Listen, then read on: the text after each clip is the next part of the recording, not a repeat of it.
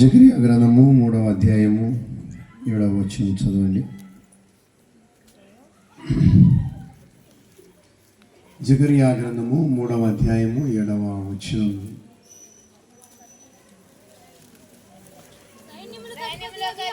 సైన్యములకు అధిపతి యెహోవా సెలవిచ్చినది ఏమనగా, నా మార్గంలో నడిచి నీకు అప్పగించిన దాన్ని నీవు నా మందిరం మీద అధికారివై నా ఆవరణములను కాపాడువాడవదు. మరియు ఇక్కడ నిలవబడినట్లు వారికి కలిగినట్లు నా సన్నిధానంలో నిలిచి భాగ్యము నీకెత్తును. దేవుడు తన మాటలు దీవించినాక. సరే,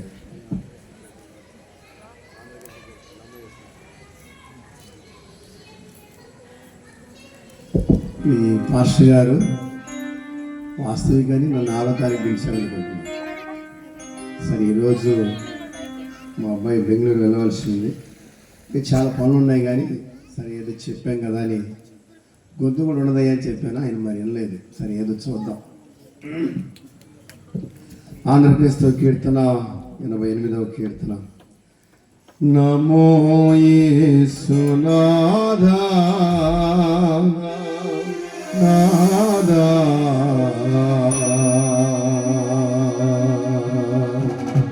నమో జీవనాదా నమో యేసునాథా నాదా నమో జీవనాదా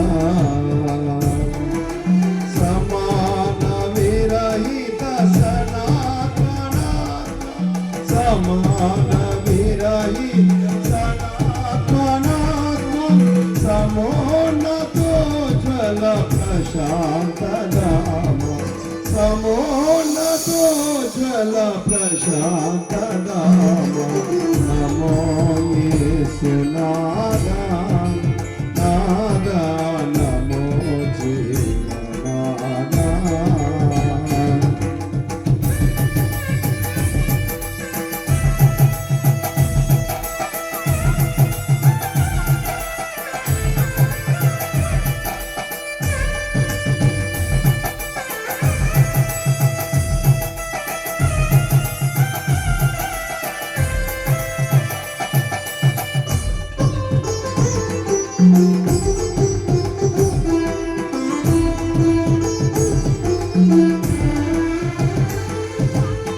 ధరణి మానవ విమోచనార్థము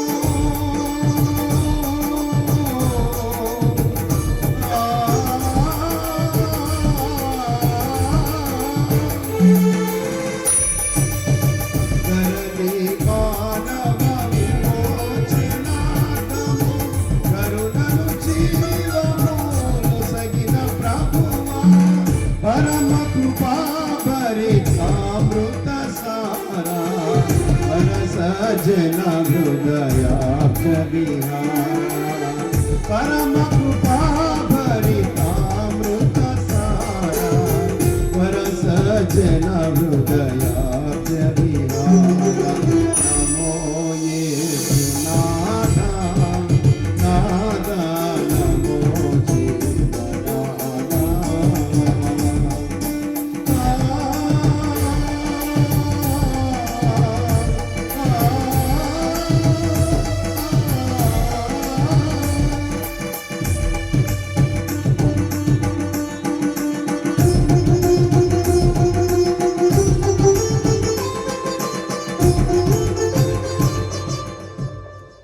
మళ్ళీ మొట్టమొదటి మాట, ఈ దినమందు మీ సంఘానికి రావటానికి దేవుడిచ్చిన ఆరోగ్యాన్ని బట్టి కృపను బట్టి ప్రత్యేక వందనాలు. ఈ దినమందు మనము అరుణోదయమున తెల్లవారుజామున యోబు లాంటి, ఇర్మియా లాంటి అనేక మంది తల్లిదండ్రులు దేవుని సన్నిధానములో మొరపెట్టడం వల్ల వారికి ఏమి దొరికింది అనేది మొదటి మాట. రెండవ మాట, నీవు గుడిలో ఉంటే దేవుని సన్నిధానంలో ఉంటావు అనేది రెండవ మాట. మరి ఏ తల్లి కన్నీరు విడిచి ప్రార్థిస్తుందో ఆ బిడ్డలు గొప్పవారుగా మార్చబడటానికి అల్పమైన దాను వంశములో ఉన్నటువంటి దీన బిడ్డలను ఒక తల్లి ప్రార్థన వలన దేవుడు ఎలా ఎదిగింపజేశాడో మనము జ్ఞాపకం చేసుకుందాం. మొట్టమొదటి మాట, ప్రధాన యాజకుడైన యెహోషువతో మాట్లాడుతూ, ఎవరైనా ఆదికాండము ద్వితీయోపదేశకాండం యెహోషువ కాదు, ప్రధాన యాజకుడైన యెహోషువ గురించి జకరియా మాట్లాడుతూ ఆ ప్రవక్తకు ఆయన తెలియపరిచిన మాటలను గురించి చెబుతూ, నీవు నా మాటలు విని నా కొరకు బ్రతికితే నిన్ను నా సన్నిధానంలో కూర్చోబెడతానని ఆయన ఆశపడ్డాడు. మొట్టమొదటి మాట, సైన్యములకు అధిపతి యెహోవా సెలవిచ్చినదేమనగా, నా మార్గములను నడుచుకోవాలి, దేవుణ్ణి తెలుసుకోవాలి. చాలామందికి దేవుని తెలుసుకోవటం ఇష్టం ఉండదు. ఈ మాట నీవు నేను కూడా గుర్తు చేసుకోవాలి.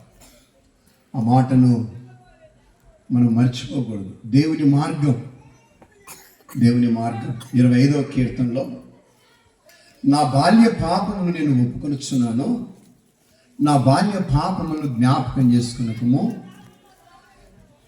నేను నా పాపమును ఒప్పుకోవటం వల్ల నా పాపం బహు ఘోరమైంది గనక నా పాపమును నేను ఒప్పుకోవటం వలన నా పాపము నుంచి నాకు విముక్తినిస్తూ నీవు నీ ఉపదేశము ద్వారా నీ ఆలోచనను, నీ మర్మమును, నీ నిబంధనను, నీ గొప్ప కార్యమును నాకు తెలియపరుస్తున్నావయ్యా అని అన్నాడు. మీరు తర్వాత చదువుకోండి ఆ వచనాలు 7, 8, 9 వచనాలు. ఒక మాట చదువుని, నా బాల్యకాల పాపములు నీవు జ్ఞాపకము చేసుకొనకము. కాబట్టి మొదటి మాట అంటున్నాడయ్యా, నా పాపాన్ని క్షమించండి, దాన్ని జ్ఞాపకం చేసుకోబాకండి. రెండవదిగా, నేను నా పాపం బహు ఘోరమైందని నమ్ముచున్నాను, నా పాపం నుండి నన్ను విడిపించు, నేను నీ యందు భయభక్తులు కలిగి ఉన్నాను కనుక నీ మార్గము నాకు బోధించు, నీ ఉపదేశం నాకు తెలియజేయి, నీ మర్మము నాకు తెలియజేయి, నీ నిబంధన నాకు తెలియజేయి, నీ కట్టడలు నాకు తెలియజేయి, నేను అందులో నివసించినట్టు సహాయం చేయి అని అడిగాడు ఆయన. ఎన్నో వచ్చి ఆ మాట, దేవుని యందు భయభక్తుల వారికి ఆయన మర్మమును, యెహోవా మర్మం ఆయన యందు భయభక్తుల వారికి తెలిసి ఉన్నది. యోసేపుకు మర్మాలు ఎలా తెలిసాయంటే భక్తి కలిగి ఉన్నందుకు. దేవునికి స్తోత్ర. మీరు స్తోత్రం అని చెప్పాలి, హల్లెలూయా అని చెప్పాలి, మీ ఇష్టం. మరి మీ పాస్టర్ గారు చెప్పారు, వాస్తవిక బాప్టిస్ట్ పాట చెప్పరు. మీ పాస్టర్ గారు చెప్పారు కాబట్టి మేము కూడా చెప్తున్నాం, వాస్తవిక సత్యం చెప్పాలి. సరే, ఏదేమైనా అదే తప్పు కాదు కాబట్టి మీరు చెప్పగలరు, వారు చెప్పండి. మిమ్మల్ని చేతులెత్తి లేచి జ్ఞాపకం చేసిన కాదు, కానీ దేవుని యొక్క నామాన్ని ఘనపరచడం మనకు మంచిది కనుక ఆ మాట జ్ఞాపకం చేస్తున్నాను. అందులో ఆయన చెబుతూ మర్మము తెలియజేశాడు, నాకు నీ నిబంధన తెలియజేశాడు, ఇవన్నీ చెప్పాడు. కాబట్టి ఎవరైనా క్రైస్తవులైనా క్రైస్తవేతలైనా దేవుని మార్గాన్ని తెలుసుకొని దేవుని కొరకు బ్రతకడానికి ఇష్టపడితే వారిని దేవుడు ఆస్వాదిస్తాను అంటున్నాడు. రెండవ మాట చదవండి. నేను నీకు అప్పగించిన దాన్ని యాజకత్వ పని అప్పగించాను, దాన్ని నమ్మకంగా చెయ్యా అన్నాడు. మరి మీకేం అప్పగించాడు? గుడికి వచ్చి మీకు పాస్టర్ గారు ప్రార్థన చేసి ఆమెనగానే, ఎవరి పాస్టర్ గారు నేను బాప్తిసం తీసుకుంటాను అన్నది ఒక ఆమె. మరి బాప్తిసం తీసుకున్నారు, ఆదివారం పనికి పోతారేంది అంటే మాట్లాడరు. రక్షణ ఎంత గొప్పదో, పాపాన్ని ఒప్పుకొని మారు మనసు పొంది రక్షణ పొంది బాప్తిసం పొందుకొని ప్రభువుల్లో చేయేస్తూ ఆదివారం రోజు దేవుని గుడి విడిచిపెట్టి నువ్వు ఎక్కడికో పోతే నీ రక్షణ నువ్వు కాపాడుకున్నట్టు కాదు, నీ రక్షణ నువ్వు నిర్లక్ష్యం చేసినట్టు, నీ రక్షణను నీవు ఎగతాళి చేసుకున్నట్టు. కాబట్టి దేవుని నమ్మినవారు దేవుని మార్గాన్ని తెలుసుకోవడం మాత్రమే కాదు, నీకు అప్పగించింది ఏంటంటే రక్షణ. అది బాప్తిసం ఇచ్చి యోహాను చెప్పిన, యేసు ప్రభు వారు చెప్పిన, పేతురు వారు చెప్పిన, పౌలు వారు చెప్పిన, చంద్రశేఖర్ గారు చెప్పిన, నేను చెప్పిన, ఇంకెవరు చెప్పిన రక్షణ చాలా విలువైనది అని అన్నాడు. ఎన్నో పాట? 77వ పాట. విజయ గీతముల్ పాడారే. ఆ పాటలో చివరి వచనంలో ఆ మాట రాయబడింది, సిలువ మరణము నొందియు మనలను తనకై గెలువన్ లేచిన వానికి కొలువు చేతుమే గాని ఇలాను మరువక వాని సిలువ మోయుచు నీ కృపా రక్షణ చాలా విలువ గలదని చాటుచు విజయ గీతముల్ పాడారే క్రీస్తుకు జయ విజయ గీతముల్ పాడరే. ఆ చివరి లైన్లో ఉన్న మాట ఏంటంటే, దేవుడు నీకు ఇచ్చిన కృప రక్షణ, ఆ రక్షణ చాలా విలువైంది. ఆ రక్షణ పొందిన నువ్వు దేవుని పరిశుద్ధ దినాన్ని నిర్లక్ష్యం చేయొద్దు. నీకు అప్పగించిన దాన్ని నువ్వు కాపాడుకోవాలి. ఏమి ఇచ్చాడు నీకంటే? రక్షణ ఇచ్చాడు. పాప ఊబిలో ఉన్న నిన్ను బయటికి తెప్పించాడు. పాప ఊబిలో ఉన్న నిన్ను ఆయన తన యొక్క మాట చేత నిన్ను రక్షించాడు. పాప ఊబిలో ఉన్నటువంటి నీ కొరకు ప్రాణం పెట్టి నిన్ను లేవనెత్తాడు. కనుక రక్షణ చాలా విలువైంది. ఆ రక్షణను నువ్వు కూడా కాపాడుకోవాలి. ప్రధాన యాజకుడైనటువంటి యెహోషువకు అప్పగించిన పని కాపాడుకున్నట్టుగా ఈడున్న కూర్చొని ప్రభువుల్లో చేయిస్తున్న ప్రతి ఒక్కరూ రక్షణను కాపాడుకోవాలి. తర్వాత మాట చదవండి. మొదటి మాట మార్గాల్లో నడవాలి, రెండవ మాట రక్షణను కాపాడుకోవాలి, మూడవ మాట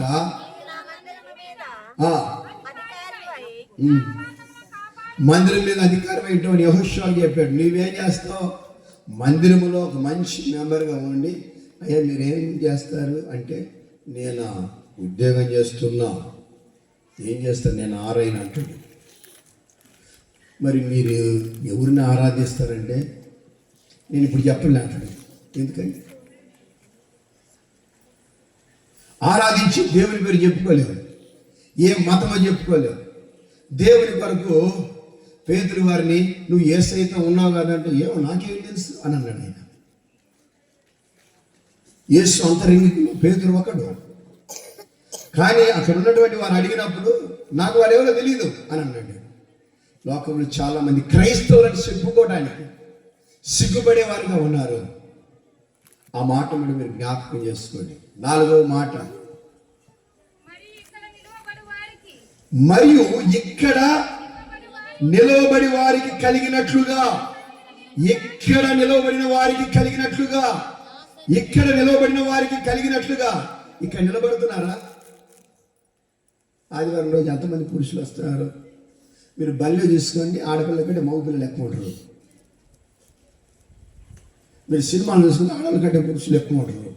ఇంకా మీరు ఎక్కడైనా గమనించుకోండి, పురుషుల సంఖ్య బహు విస్తారంగా ఉంటుంది. కానీ ఆలయంలోకి చూస్తే కారణం ఏంటి? నీ సన్నిధానంలో నిలిచినట్లుగా నువ్వు దేవుని సన్నిధిని ప్రేమించి అందులోకి వస్తే నీకున్న రోగమైనా, వ్యాధి అయినా, బలహీనత అయినా, అప్పైనా, బాధ అయినా, వేదనైనా దేవునికి చెప్పుకుంటే అది పోతుంది అని దినవృత్తాంతముల గ్రంథం 7వ అధ్యాయం 14వ వచనంలో ఆ మాట రాయబడింది. నా మందిరం మీద నేను దృష్టి పెట్టాను, నా మందిరంలో నా ఆత్మను ఉంచాను, నా మందిరంలో సన్నిధి ఉంది, నా మందిరంలో నా చెవులు నా మందిరంలో ఉన్నాయి. ఆయన చెప్పిన మాట, నా చెవులు, నా ఆత్మ, నా నేత్రములు, నేను అక్కడ ఉన్నాను అని అన్నాడు ఆయన.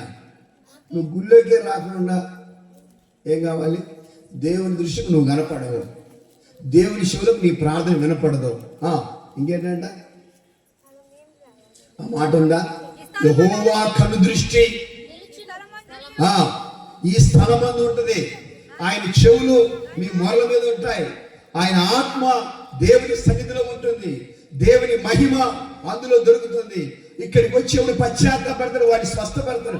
అసలు నువ్వు అక్కడికి రానే లేదు. నిన్నెప్పుడు చూసాడు దేవుడు? ఇక్కడ నిలిచిన వారికి కలిగినట్లు యెహోవా సన్నిధానములో నిలుచు భాగ్యము నేను ఇస్తాను అన్నాడు ఆయన. ఎక్కడ నిలవాడు? ముందు అందరూ చూపించండి. ఎక్కడ నిలవడితే మరలా చదవండి ఆ మాట. నా సన్నిధానంలో నిలిచినట్లుగా. అంతకంటే ముందులే చదవాలి. మరిలో ఇక్కడ నిలవబడి వారికి కలిగినట్లు. ఇక్కడ నిలబడి ఉంటే, ఇక్కడ కనబడితే అక్కడ కూడా కనపడతారు.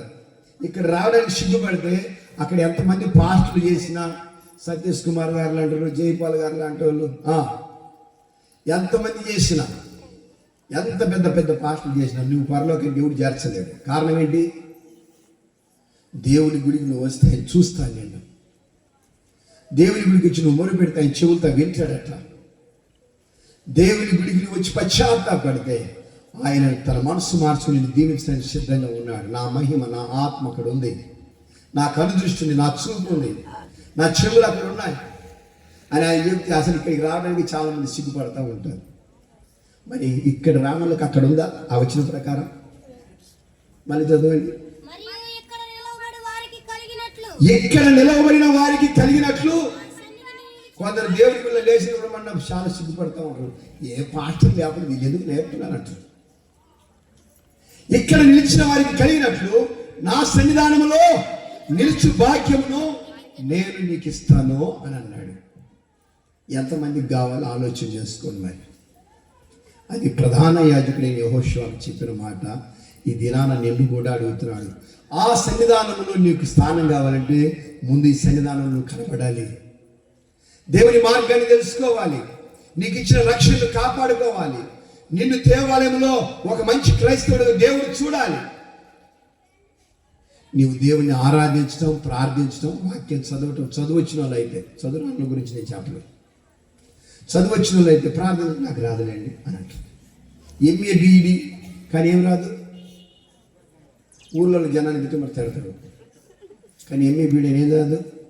వాక్యం ధైర్యంగా నిలబడి చదవలేరు. ఎంత దయనీయం.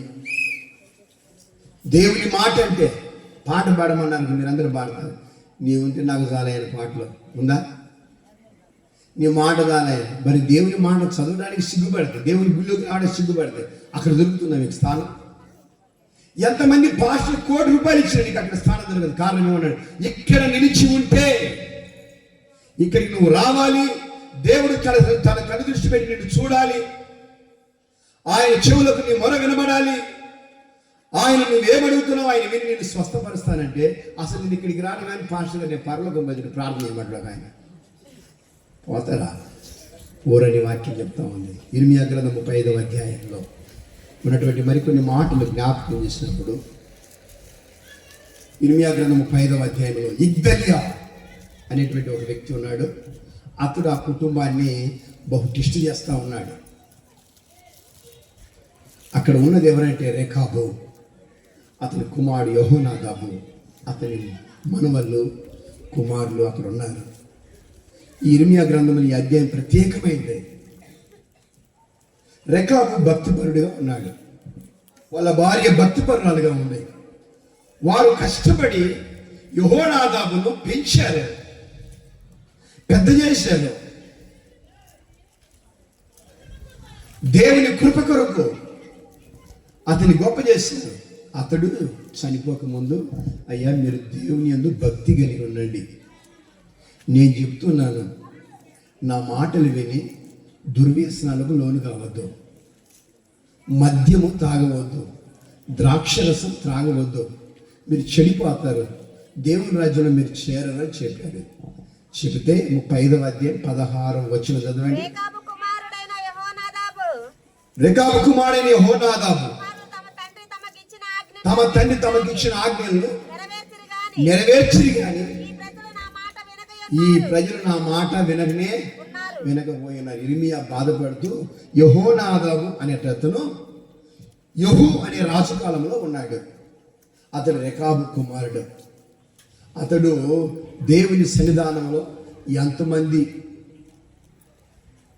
ఉన్నారో చూడటానికి వచ్చి ఆ యెహూతో ఒక మాట అడిగాడు. మరి క్రైస్తవులు కూడా అన్యులతో చంపేస్తావా, ఆగయ్యా అని అన్నాడు. నేను చంపడం లేదు, కావాలంటే నువ్వే రథం ఎక్కిరా అన్నాడు. యెహూ రథం ఎక్కిన యెహోనాదాబుకు దేవుడు చూపిన మాటలని. ఈ దినమందు రేకాబు, యెహోనాదాబు వారి పిల్లలు అక్కడ ఉన్నారు. నేను అధ్యాయం అంతా చదవలేదు, మీరు ఇంటికి వెళ్ళి చదువుకోవటమే. ఒక కథలాగా మీకు మా మాట జ్ఞాపకం చేస్తున్నాను. వారంట దేవుని కొరకు నిలబడ్డారట. ఎవరిని బట్టి? రేకాబును బట్టి. వారి కుమారుడు యెహోనాదాబు, వారి పిల్లలు దేవుని కొరకు నిలబడ్డారు. దేవునికి స్తోత్రం. మరి అలాంటి పిల్లలు దేవుని కొరకు నిలబడితే దేవుడు అన్నారు, నా మాట విని నా కొరకు నిలబడి మీరు మద్యమైనను ద్రాక్షరసమైనను త్రాగక సంతోషంతో దేవుని కొరకు, అది ఇబ్బంది అయినా ఇరుకైన సమస్య నిలబడ్డారు. కాబట్టి చివరి వచ్చిన చదవండి.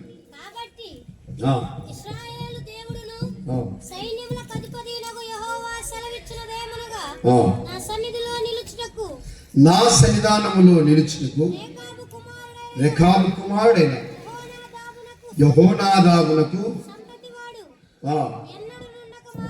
ఉండకమాడు. నా సన్నిధానములో రేకాబు సంతతి వారు, యెహోనాదాబు పిల్లలు ఉంటారు అని చెప్పారు. ఆ మాట మీరు జ్ఞాపకం చేసుకోండి. ఎన్నో వచ్చిన 35వ అధ్యాయం 14వ వచనం చదవండి. ద్రాక్షారసం త్రాగవద్దని రేకాబు కుమారుని యెహోనాదాబు తన కుమారులకు ఆజ్ఞాపించినప్పుడు స్థిరంగా ఉన్నవి. నేటి వరకు తమ పితని ఆజ్ఞకు విధేయులై ద్రాక్షారసము త్రాగక ఉన్నారు. దేవునికి స్తోత్రం. ఇప్పుడు వాళ్ళకి ఎవరికేం చెప్పండి, అబ్బాయి సారాయి తాగబాకు, మందు తాగబాకు, దేవుని నమ్ముకుని ఏమని తాగు తప్పే ఉంది అంటాడు తప్ప తాగకూడదని ఎక్కడుంది అన్నారు కదా, ఇక్కడ ఉందా? వాళ్ళ నాన్న చెప్పాడంట ఆ మాట. వాళ్ళకి ఎక్కడ నిలిచే భాగ్యం దొరికింది? దేవుని సన్నిధానంలో. మద్యమైనను ద్రాక్షారసమైనను మరి ఏదైనా మత్తుపానీయం ఏదైనా నువ్వు త్రాగకుండా ఉంటే దేవుని సన్నిధానం నిలుచు భాగ్యం దేవుడు నీకు ఇస్తాడు. దేవునికి స్తోత్రం. ఇది రేకాబు యెహోనాదాబు పిల్లలకు వారు నేర్పిన మాట. వారు ఎంత ప్రార్థన చేశారో, ఎంత భక్తిగా నేర్పారో మీరు కూడా జ్ఞాపకం చేసుకోండి. మరి ఎంతమంది ఉంటున్నారట దేవుని సన్నిధానంలో మీరు ఉండాలని ఆశపడితే మీరేం చేయాలి? రోజు 100 ఇచ్చి, రోజు 200 ఇచ్చి, రోజు 300 ఇచ్చి, ఆ పేరు చెప్పను కానీ ఇచ్చి రోజు సాయంత్రం బయటికి పోయేది. ఆ అబ్బాయి బాగా కడుపు నిండా తాగొచ్చి కడుపు నిండా నిద్రపోయేవాడు. చివరి దినాలు కొట్టాడు కూడా వాళ్ళ అమ్మగారిని. ఈ అబ్బాయిని జడగొట్టింది మీరేనండి అన్నా. మా మరిదితో నువ్వు చెప్పానన్నట్టుగా మా అబ్బాయిని జడగొట్టింది నేనండి. మరి రోజు 300 దేనికి ఇచ్చావు? అన్నం పెట్టావు, చికెన్ పెట్టావు, మటన్ పెట్టావు, చేపలు పెట్టావు, పప్పు అన్నం పెట్టావు. మరి 300 ఎందుకు ఇచ్చావు? చెప్పావు 300 ఎందుకు ఇచ్చావు? రోజు 300. ఇద్దరు ఉద్యోగస్తులేనండి, అయ్యగారేమో డాక్టర్, అమ్మగారేమో నర్సు. ఎందుకు ఇచ్చావు అంటే చెప్పడు. ఆ అబ్బాయి పెళ్ళి 4 నెలలు చచ్చిపోయాడు. దేవునికి స్తోత్రం. చెడగొట్టింది ఎవరు? ముద్దుల కుమారుని నరకానికి పంపింది ఎవరు? ఈమె. అయ్యగారికి తెలియకుండా ఎప్పుడు డబ్బులు ఇటువే. ఒకరోజు అయ్యగారు లెక్క చెప్పమంటే నాకు తెలియదు లెక్క, మీ అబ్బాయిని అడిగిపోయింది అంటే తీసుకున్న ఆయన ఇచ్చిన మీ లెక్క ఎవరు చెప్పాలి? లోకంలో అలాంటి వారు ఉన్నారు. ఇక్కడున్న యెహోనాదాబు పిల్లల వల్లే, రేకాబు మనవల వల్లే మీ పిల్లలు కూడా ఉంటే దేవుని రాజ్యంలో మీ పిల్లలు ఉంటారని వాక్యం జ్ఞాపకం చేస్తా ఉంది. దేవునికి స్తోత్రం. మరి ఎంతమందికి ఆశ ఉందో వారినంట ఇద్దని అనేవాడు 5వ వచనం పరీక్ష చేశాడంట. ఏమయ్యా నీకు ఇందులో పోసి మందు పోషిస్తున్నాను తాగమంటే మేము తాగమన్నారు. 5వ వచనం ఉన్న మాట అది. ఈ మాటలు మీరు కూడా గుర్తు చేసుకోండి. లోకములో పాపం ఉంది, లోకములో అందచందాలు ఉన్నాయి, లోకములో ధనం ఉంది. ఆ ధనాన్ని తీసుకుని ఇష్టం వచ్చినట్టు నడుచుకుంటూ ఉన్నారు తగ్గిపోయిన కుమారులాగా. కానీ నరకానికి పోతారు. ఓ మానవుడా, పాపమనే విషమున్నది లోకములో, యేసు మాట వినరమ్మో మానవుడా, యేసు మాట వినరమ్మో మానవుడా. ఓ మానవుడా, రాజును రాజునని జగకు ఈ లోక వైభవము ఒక్కనాటిదే. రాజును రాజునని జగకు ఈ లోక వైభవము ఒక్కనాటిదే. ప్రతి ఒక్కరూ ఒకనాడు చనిపోవలను, ప్రతి ఒక్కరూ ఒకనాడు చనిపోవలను. నీ క్రియలను బట్టి నీకు ప్రతిఫలము వచ్చును, నీ క్రియలను బట్టి నీకు ప్రతిఫలము వచ్చును. ఓ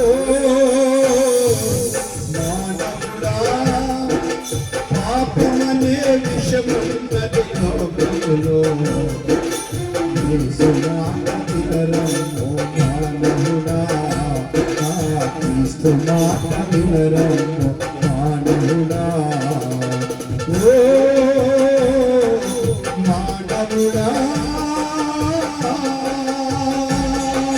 రైతులా ఈ మాట జ్ఞాపకం చేసుకుని నీ పిల్లలు యెహోవా సన్నిధానంలో ఉండాలంటే నువ్వేం చేయాలి? నీవు యెహోవా సన్నిధానం ఉన్నట్టే ఇక్కడ కనబడాలి, దేవుని మార్గంలో నడవాలి. అబ్రహాము దేవుని సన్నిధి నిలిచి ప్రార్థన చేస్తూ ఉంటే రోజు చూస్తున్న ఆ పనివాడు దమస్కు వాడైన ఎలియాజరు, ఈయన ఎందుకు ప్రార్థన చేస్తున్నాడు? ఈయన దగ్గర ఒంటెలు చూడు ఎన్ని ఉన్నాయి, గొర్రెలు చూడు ఎన్ని ఉన్నాయి, బహుధనవంతుడిగా ఉన్నాడు, ఇతను ఎందుకు ప్రార్థన చేస్తున్నాడు అని ఆలోచన చేసి తనకు కూడా కష్టం వచ్చిన రోజు మోకరించి ప్రార్థించడం నేర్చుకున్నాడు. మిమ్మల్ని చూసి మీ పిల్లలు నేర్చుకుంటున్నారా? ఇంకేం చెప్పరు. మిమ్మల్ని చూసి, యజమాని చూసి పనివాడు నేర్చుకున్నాడు ప్రార్థన. ఈ మాట నిజమే కదా, బైబిల్ 24 బాగా స్పష్టంగా రాయబడింది ఆదికాండంలో. మరి అలాంటప్పుడు తల్లిని చూసి ఏ కుమార్తె ప్రార్థన నేర్చుకుంటుంది, ఏ కుమారుడు నేర్చుకుంటున్నాడో. ఉదయాన్నే మా అబ్బాయి నిద్రపోలే అని మీరు పనికి వెళ్ళిపోతారు, వాడు ఎప్పుడో లేస్తాడు, ప్రార్థన చేయడం ఏం చేయడు. మరి ఎలా నేర్చుకుంటారు? దేవుని సన్నిధానంలో ఆయన నిలబడినటువంటి ఆ విధానం. ఒకరోజు లాబాను యొద్దకు ఆయన పంపినప్పుడు, బెతూయేలు యొద్దకు పంపినప్పుడు అతడు కూడా మోకరించి తన ఒంటెలు కూడా మోకరింపజేసి కన్నీళ్లు విడిచి ప్రార్థన చేశాడు. ఏంటంటే మా యజమానుడు అసలు ఎక్కడ చెప్పనటువంటి ఒక గొప్ప వింత చెప్పాడు, నా కుమారుని పంపను, నాకు కోడలు తెమ్మన్నాడు, నేనేం చేయాలయ్యా అని ఏడ్చాడు. యజమాను చూసి పనివాడు ప్రార్థన నేర్చుకుంటే తల్లిని చూసి కుమారుడు ప్రార్థన నేర్చుకుంటున్నాడా, వస్తున్నాడా? ఈ మాట మీరు కూడా జ్ఞాపకం చేసుకోవాలి. యోగ గ్రంథం 1వ అధ్యాయంలో తన తండ్రి అరుణోదయంలో లేచి తన పిల్లలు పాపం చేసిరేమో అని ఆయన మోకరించి ప్రార్థన చేస్తూ ఉన్నాడు. ఎంతమంది తండ్రులు నా కుమారుడికి మంచి జ్ఞానం కావాలా, మంచి తెలివి కావాలా, మంచి వివేచన కావాలా, తొట్టుపడకుండా ఉండాలా యవన కాలంలో ఎంతమంది తండ్రులు ప్రార్థన చేస్తున్నారు యోగులాగా. మనమల్ని మనం పరిశీలి చేసుకోవాలి. గుడికి వచ్చాం, ప్రభాలు తీసుకున్నాం, పాస్టర్ గారు పిలిచారు, పందిర్లు వేసి పండగ చేసాం కాదు. పాస్టర్ గారు పిలిచారు, పందిరి లేచి పండుగ చేసింది కాదు. నీ కొడుకుకు నువ్వు ప్రార్థన నేర్పుతుంటే దేవునికి స్తోత్రం. నువ్వు నేర్పలేకపోతే వాడు నరకానికి పోతే నువ్వు ఎక్కడ ఉంటావు చూసుకో ఒకసారి. అందుకొరకే దేవుని మాట నీతో మాట్లాడుతూ ఉంది. ఈ మాటకు నువ్వు జవాబు చెప్పాలి. అందుకొరకై దేవుని మాటను నువ్వు జ్ఞాపకం చేసుకో. దైవ గ్రంథంలో చాలామంది తల్లులు కన్నీరు విడిచి ప్రార్థన చేశారు. ఒకసారి ప్రభు అన్నాడు, నది ప్రవహించినట్లుగా నీ కన్నులకు విరామము కలగకుండా కన్నీరు విడిచి ప్రార్థిస్తే నీవు యెహోవా తట్టు చేతులు ఎత్తితే నీ బిడ్డలు ఆశీర్వదించబడతారని దేవుడు చెప్పినట్టుగా ఆ తల్లి చేయగలిగింది. అలాంటి గొప్ప కృప నీవు కూడా కలిగి నీ బిడ్డలు ఆశీర్వదించబడతారు. దైవ గ్రంథంలో లేవియకాండం 24వ అధ్యాయం 10వ వచనం నుంచి 16వ వచనం వరకు గల వాక్య భాగంలో ఒక మంచి స్టోరీ ఉంది. మీరు చదవద్దు, మన సమయం అయిపోయింది.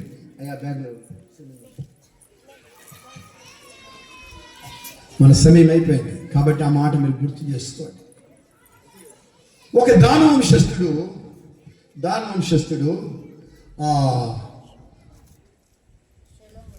ఒక దిబ్రి ఒక కుమార్తెను కన్నాడు. ఆమె పేరు షలోమీత్.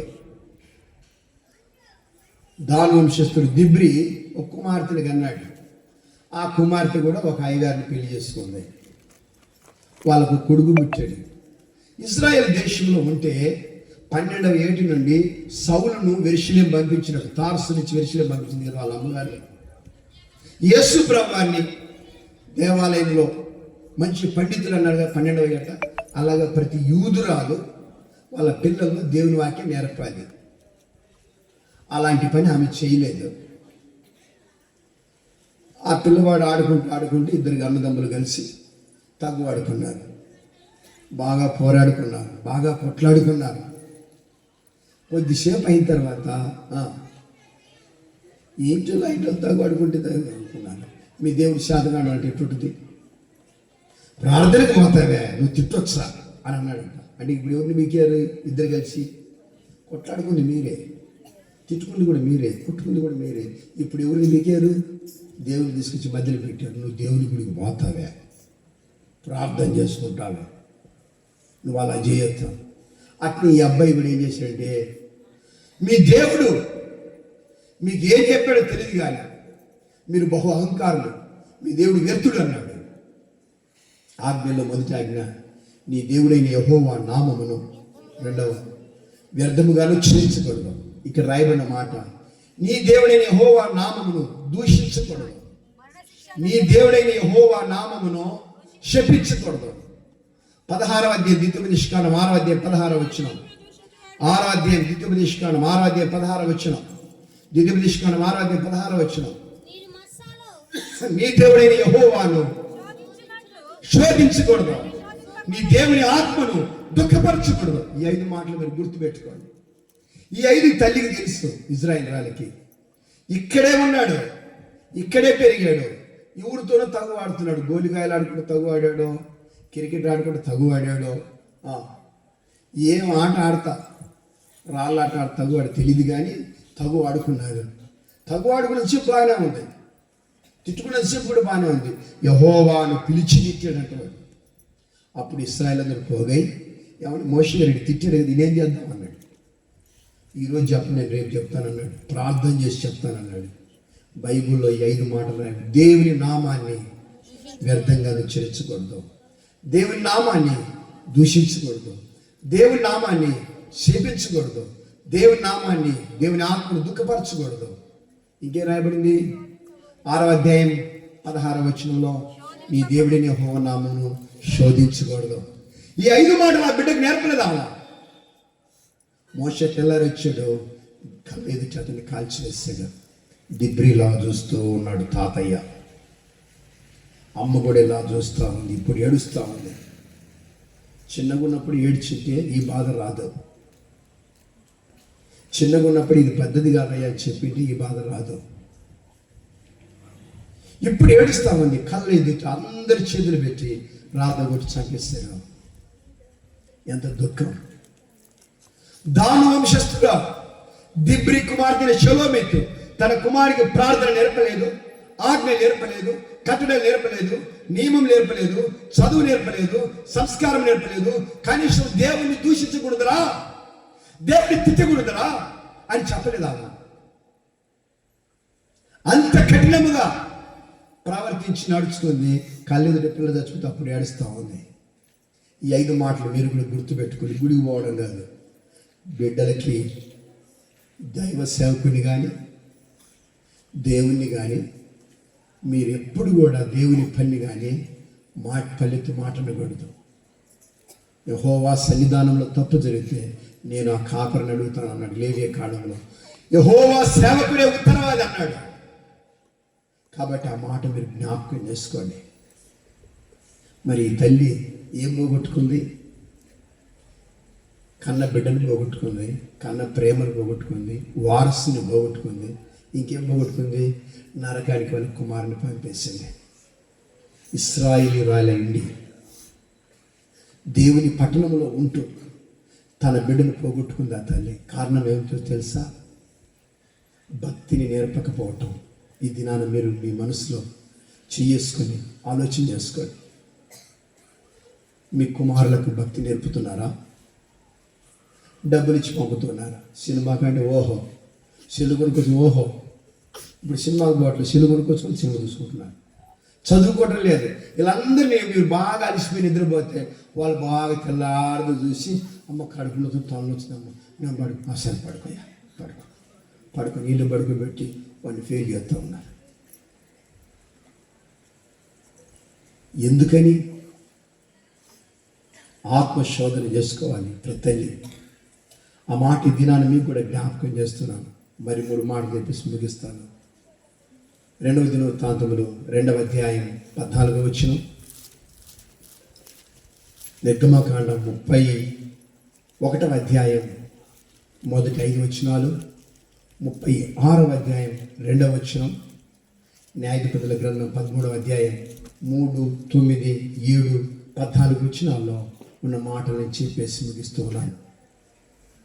ఒక తల్లి, అక్కడ పేర్లు లేవు, వాళ్ళ అమ్మగారి పేర్లు, ఏడ్చి ప్రార్థన చేస్తూ ఉన్నారు.